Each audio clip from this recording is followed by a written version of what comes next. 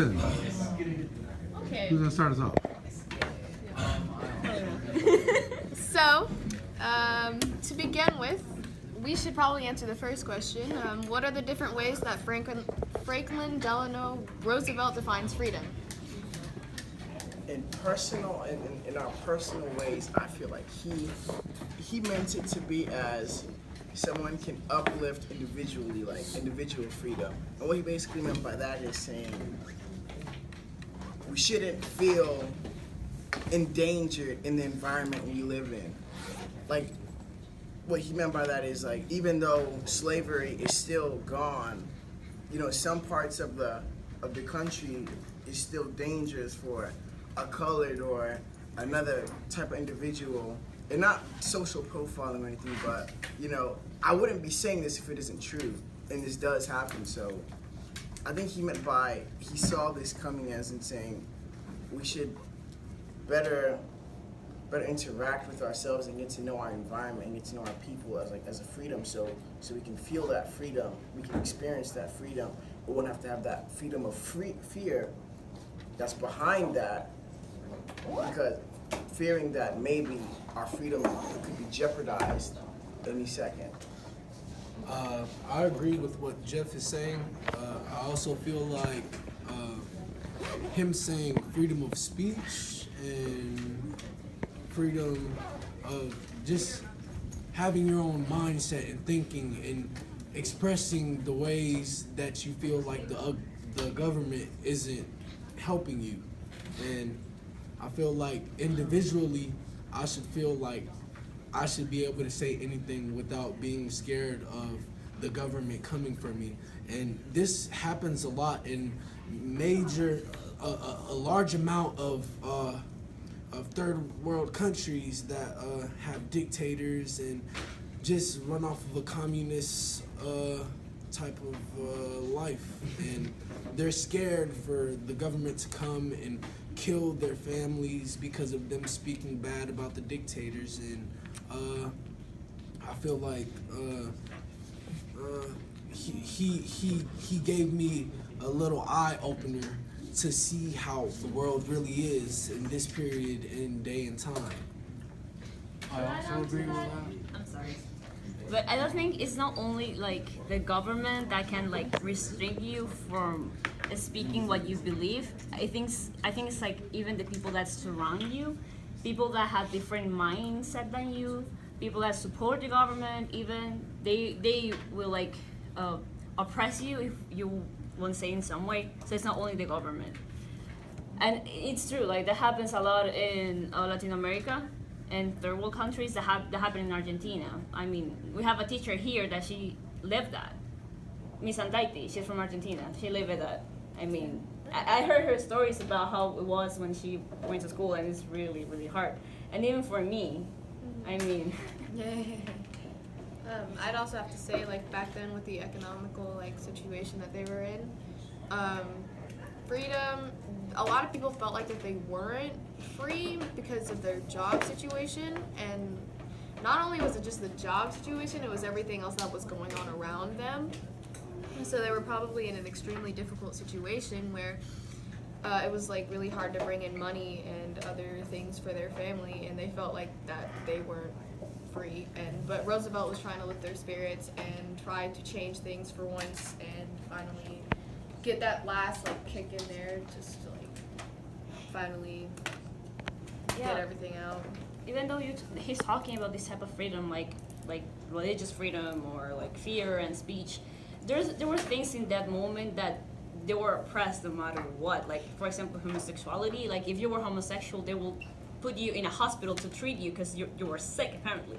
So, I mean, why he doesn't talk about that type of freedom? I really agree with what you're saying, because not really the government, but a lot of people have different opinions on things that come upon their heads, and usually humans don't use the first sight of thinking through what they say on social media and other outlets to express your mind, with saying hateful things towards gays or people who are interracial, in an whatever how you say that, when it's a white person and a black person, like they don't know, they don't know how to, like the older people, they don't know how to adjust their mindset to, oh, this is how our generation is coming up. If they were to see someone that is a black and a white together at a restaurant, and say if it's your white 97 grandma, and she's used to having heard about the racism, and she grew up in that, and she probably goes with the side to where she wish it was still like that. She probably would look at you guys as you guys were crazy or insane in the head, but it's just the change in times. And this man, Roosevelt, he saw it back then that one day there's gonna be black and white people together, and it will make a blend and change in our communities, and change diversity in schools, and this all comes together in quite a good package. Well, some things in society back then weren't acceptable to say that are now, and vice versa. Back when my grandma was in high school, like he said, it was still segregated. I mean, my dad was born the year segregation was made illegal in the United States. And my views are different than my grandma's views. She grew up in the North, but she's not racist, but she doesn't understand other cultures like we do, because we're all in a school together. Sprayberry is so diverse, and there's people from everywhere here. And with that being said, I'd like to also add in one of D. Roosevelt Franklin's four freedoms of worship, a big one. I feel that was a good point of view that he made, because as the national anthem says, you know, we are one, I don't feel like that's really a true statement, because if one tragic incident happened with a nation of people, just a society of people, like people feel fear from Muslims or other nationalities of other different races. And what I'm trying to say with that is freedom of worship. People should be able to not only go hate somebody if they're not Christian, or hate somebody if they're with Jehovah's Witness or Islam or whatnot. I feel like we should love one another and like understand that this is like what society is nowadays, and how it's gonna be. And you can't dictate, you can't try to change somebody forcefully by hatred words or just bad statements or violence against them. I agree with him, because if you think about it and you go back into the history, you will see that the Nazis in Germany, they started the Holocaust because of a whole different group of people that believed in a whole different type of lifestyles, like no meat, stuff like that, and they couldn't adjust, so they blamed it on them. Actually, like Germany was going through an economic crisis because of the First World War, and they needed to blame someone because of that. They blamed the Jews. Yeah. And from the God thing, like, what do you do if you do believe in any God when you're atheist? You don't belong in any religion or part of group. What do you do? Is that a freedom? Yeah, it's not a freedom. What people think about you. If you are surrounded by people that's Muslims, Jews, Christians, Catholics, they will think bad of you. They will think different of you, because they're not used to the difference in diversities, that people will not believe into the same religion that you will. And atheists, I feel like they're on their own island with their thoughts and things like that, compared to people who have religions and stuff. That's just like you going to a church that's for Christian and it's full of Jewish people. They're not gonna know what you're saying. It's a different religion, so you just have to have that mindset that there are different people out there, and a lot of places are diverse. There's some people that don't understand. I mean, my mom makes me go to a Catholic church, and before that, my aunt made me go to a Christian church, but I'm atheist. So, and they still make me do it because they want forcefully make me believe what they believe. See, That's not freedom. But that's you. You could pick if you want to believe in it. I mean, of course, if I wanted, like, some thoughts I've had, I wanted to be Muslim, and I talked to my parents about it, but I believe to myself that as long as I'm under their roof, I'm gonna have to believe in whatever they want me to, but I'm not gonna really believe into it. But when I step out into my own world where I can provide for myself and do whatever I need, I'll reconsider what religion I want to be.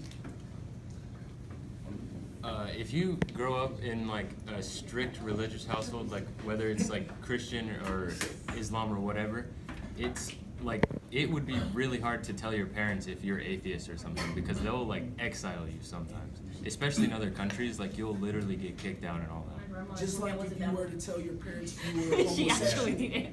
Just like when you would tell your parents you're homosexual, sometimes they might look at you weird, but they're gonna have to understand that you're forever gonna be their child.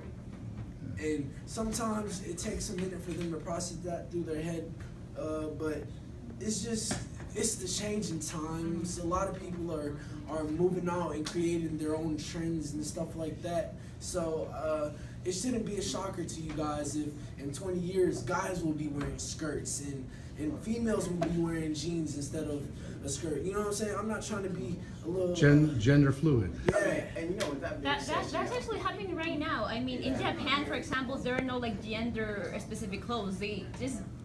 They're like that, gender fluid. I mean, I talked to my Japanese friend about it. She's like, oh yeah, we don't have like this female male thing. We all just wear like same clothes and stuff. So I mean, why? Like we have people that open-minded up there and up down here. We're just like close-minded and just I can't hateful. fathom. I'm not saying that I'm hateful towards it, but it's just the fact that doctors can't play God. If you were born a male and get switched into a role that's a female, then that's saying that it's not saying like anything hateful towards it. It's just like for me, I can't understand why they would choose to switch. And I know they have their own reasons or whatnot, but like They you feel gave up, comfortable you doing gave it. if you give up that the ability to have a kid, like you give up. Like with that being said, they have to cut some things out. Like I painfully watched the video on how they reverse it, and it was kind of scarring because it's like I don't understand why would somebody do that to themselves. I mean, it's what they want. yeah. Not It's their what freedom. it's actually that's actually We're kind gonna of it's kind of contradicting what we're talking about here because we're talking about everybody being free themselves and we can't judge other people for what they decide and what they want. So there's actually no. I'm gonna give them a hand. You can see it again.